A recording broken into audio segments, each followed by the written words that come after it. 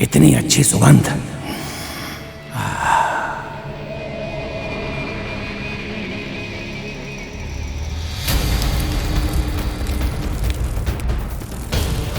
ये सारी तितलियां और भौरे ये कहां जा रही हैं?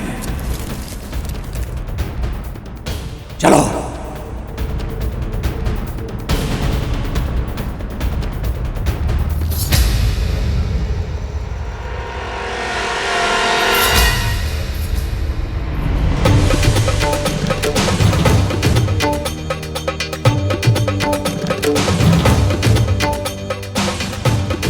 लगता है ये वही मनोहरी स्त्री है जिसके विषय में वो देव ऋषि नारद बोल रहा था।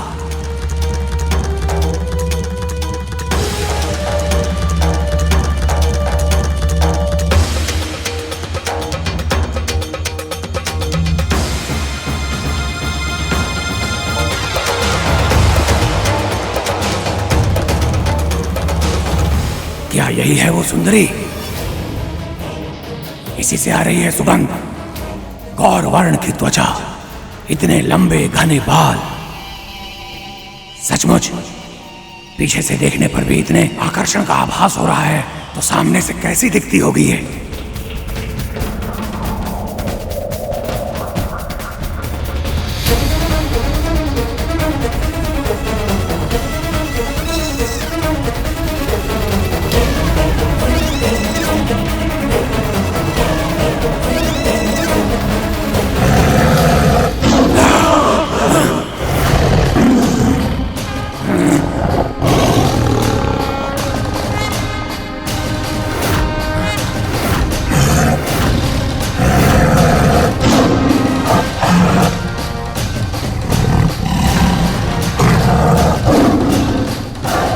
सिंह की दहाड़ सुनकर भी इसने अपने बालों में पुष्प गूंथना नहीं छोड़ा।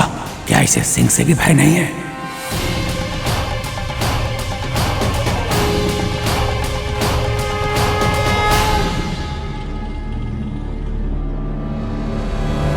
शक्ति रूप महिषासुर मर्दिनी हेमा कात्यायनी, नारी का आदर्श प्रतीक। सूर्य की तरह चमकता हुआ मुख, यह अद्वितीय सुंदरता, ये स्त्री तो सचमुच अद्भुत है। घातिनी हेमा तू ही दानव घातिनी।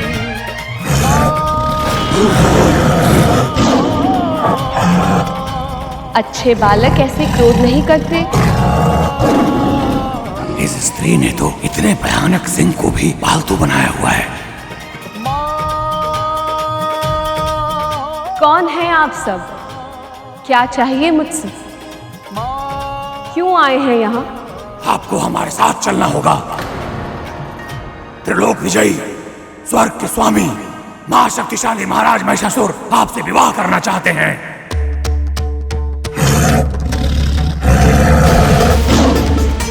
महिषासुर? ये कौन है?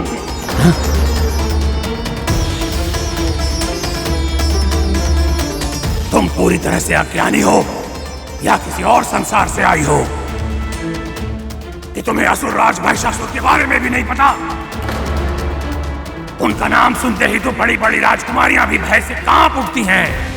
इतने पराक्रमी है वो कि उन्होंने स्वयं नारायण को भी पराजित कर दिया है। अरे अरे, बस बस बस। तुम्हारा ये व्यर्थ प्रलाप सुनकर तो मेरा सिंह भी उबासियां मार रहा। तो फिर ऐसे व्यक्ति में मुझे रुचि कैसे हो सकती है भला? जाओ कह दो अपने महाराज से कि मुझे उनसे विवाह स्वीकार नहीं। हमारे स्वामी का प्रस्ताव अस्वीकार करने का साहस भी कैसे किया तुमने?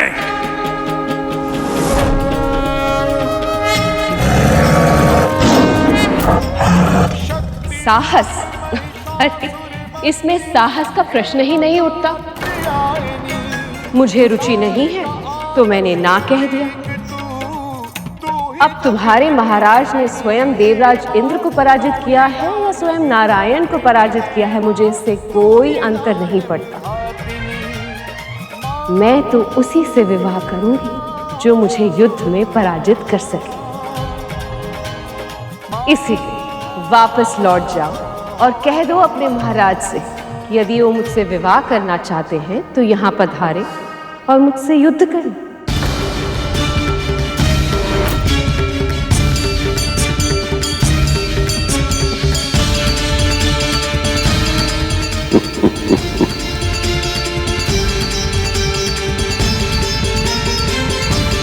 पिताश्री, युद्ध तो परिहास का विषय नहीं है, तो फिर आप हंसे क्यों पिताश्री? क्योंकि इन असुरों को आभास तक नहीं है कि इतने अभिमान से ये किससे बात कर रहे हैं। महिषासुर की तरह भी इन्होंने तुम्हारी मां की शक्ति को, नारी की शक्ति को कम आंकने की भूल की है। अब मेरी रुचि तो ये जानने में है कि इनके साथ अब आगे क्या होने वाला है।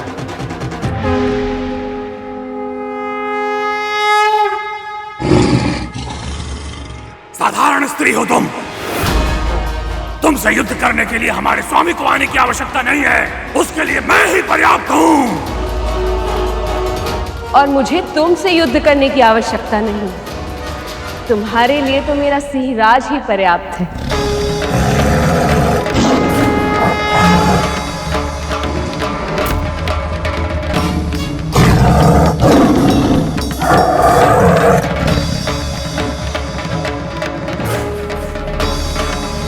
जाओ सिंहराज, जरा अच्छे से पाठ पढ़ाओ।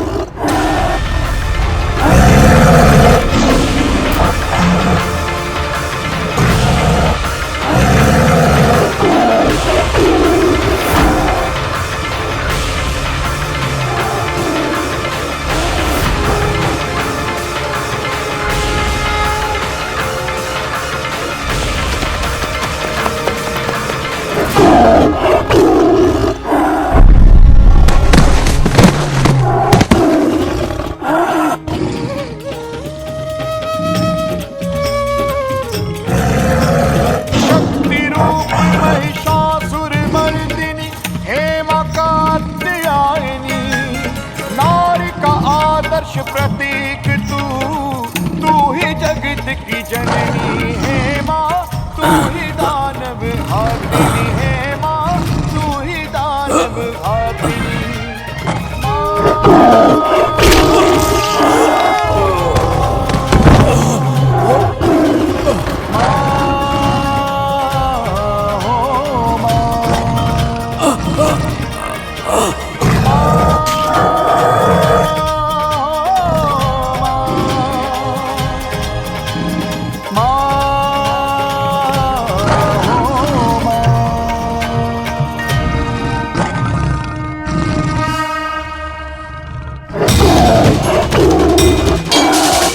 रक्षा कीजिए, रक्षा कीजिए देवी, रक्षा कीजिए देवी, रक्षा कीजिए। ठहरो सिंहराज,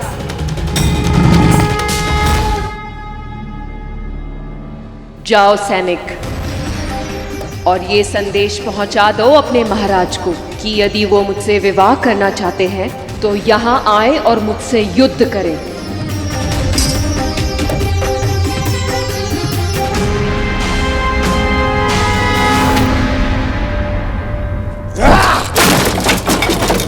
तुम एक साधारण स्त्री से पराजित होकर नहीं, बल्कि उसके पालतू पशु से भी पराजित होकर आए हो, और तुम्हारा इतना दुस्साहस कि तुम मुझे सुझाव दो कि मैं स्वयं जाकर उससे युद्ध करूं।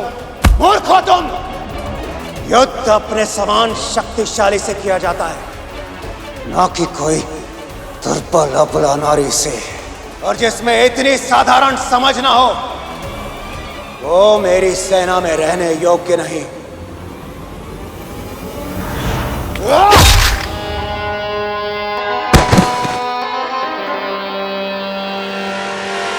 विंध्याचल के लिए कूच करने की तैयारी करो।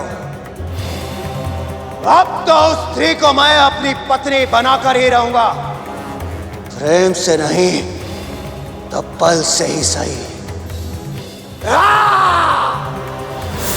हे प्रभु, ऐसे दुर्वचन तो सुनना भी पाप है। केवल मां के बारे में नहीं, किसी भी स्त्री के बारे में कोई भी पुरुष ऐसी ऐसी घिनौनी सोच कैसे ला सकता है?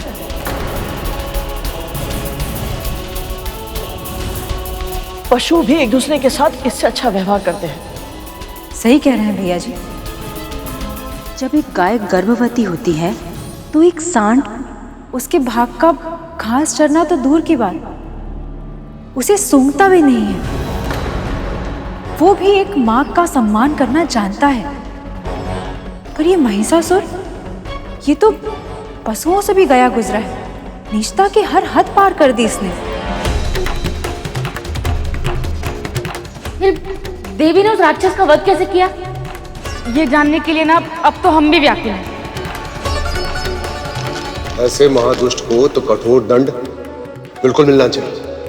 उसका दंड तो ऐसा होना चाहिए कि ऐसा दुष्कर्म करने से पहले उसके मन में विचार बार बार आए, और यदि ऐसा कर्म करने का विचार आए तो दंड के बारे में सोचकर उसका हृदय ऐसे कांप जाए। मां भगवती की कृपा से।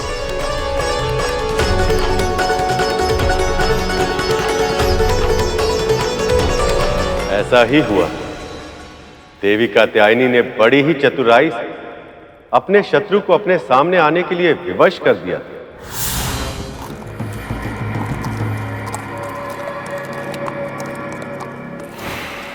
पापी का अंत सुनो, पापी का अंत अब। काल आए और इसे दबोच ले।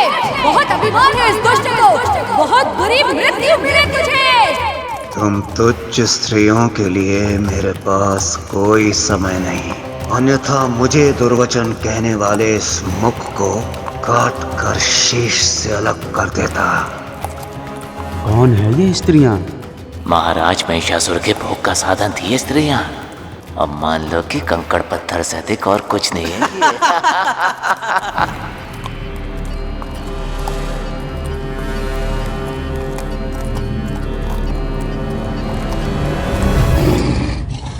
तुमने तो रक्तपान भी कर लिया सिंहराज, फिर भी इस मूर्ख का अभिमान समाप्त नहीं हुआ। पर अब इसे दंड देने का अवसर आ गया है।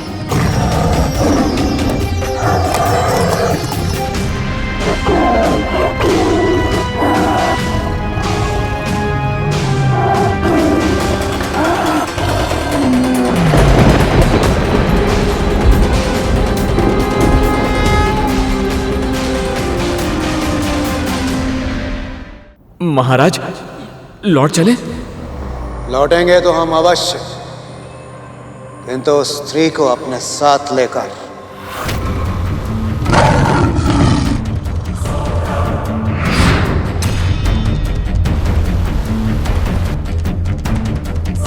कहां गई?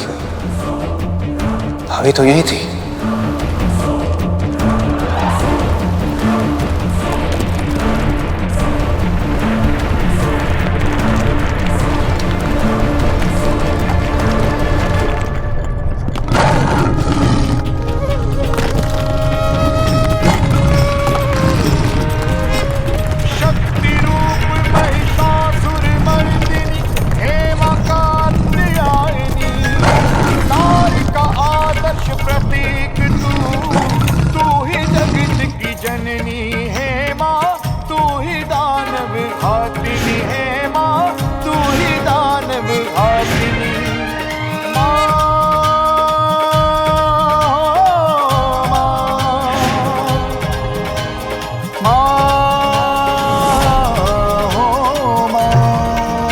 अद्भुत।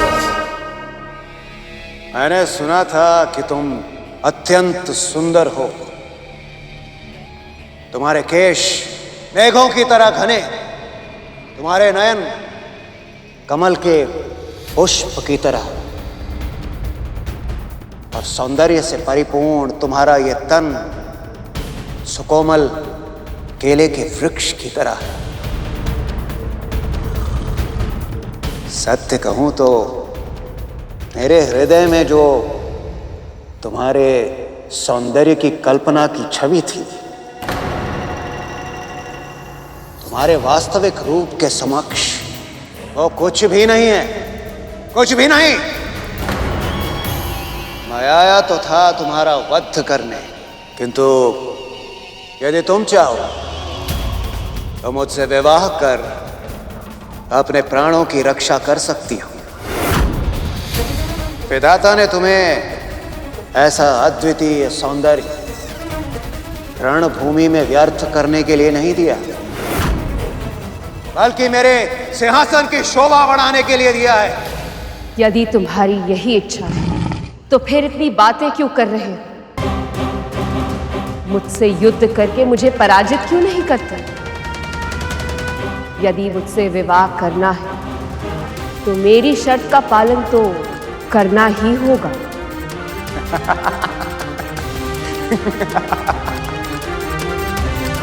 कोमल पुष्प अग्नि से भिड़ा नहीं करते सुंदरी। तुम्हें मेरी शक्ति का तनिक भी आभास नहीं है। समस्त देवता ही नहीं, तुम्हारे नारायण भी मुझे पराजित नहीं कर पाए। इतना शक्तिशाली हूं मैं, सर्वश्रेष्ठ महिषासुर।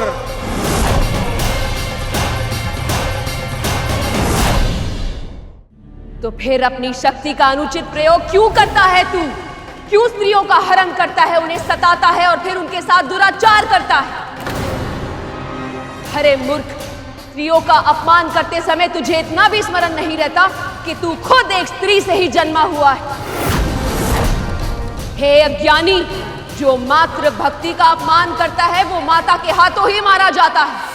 तू भी मारा जाएगा। अपना नारे बंद कर, अपना अनर्गल प्रलाप। त्रिलोक विजेता महिषासुर हूं मैं।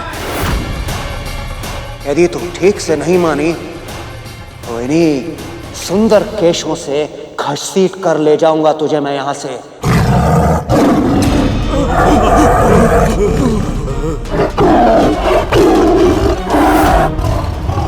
तू मुझे छू भी नहीं सकता मूर्ख।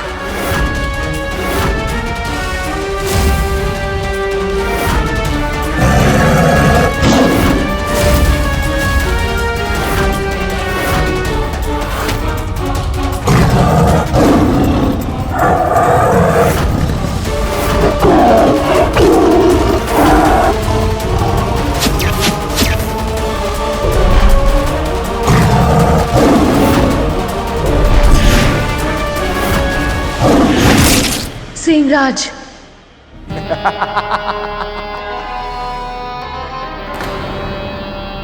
बड़ी देर से व्यर्थ में गर्जनाएं कर मेरी सेना को भयभीत करने का प्रयास कर रहा था ये सिंह।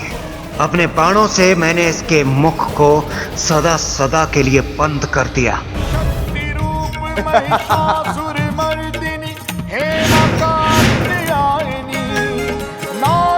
आदर्श प्रतीक तू ही जगत की जननी है माँ।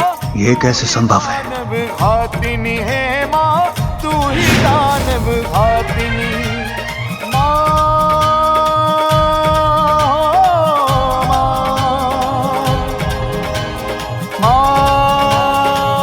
प्राण लेने वाले से रक्षा करने वाला सदैव बड़ा होता है महिषासुर। अब भी समय है, वापस लौट जा। अबला नारे, महिषासुर एक बार कोई निर्णय ले ले तो फिर उसे काल भी नहीं बदल सकता। सेना आक्रमण!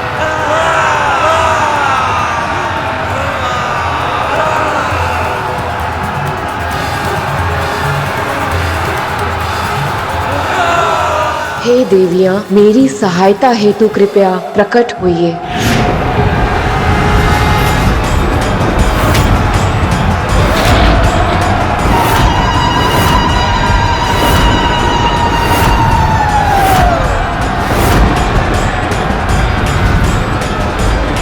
जिस जिस का आवाहन कर सकती हो कर लो स्त्री।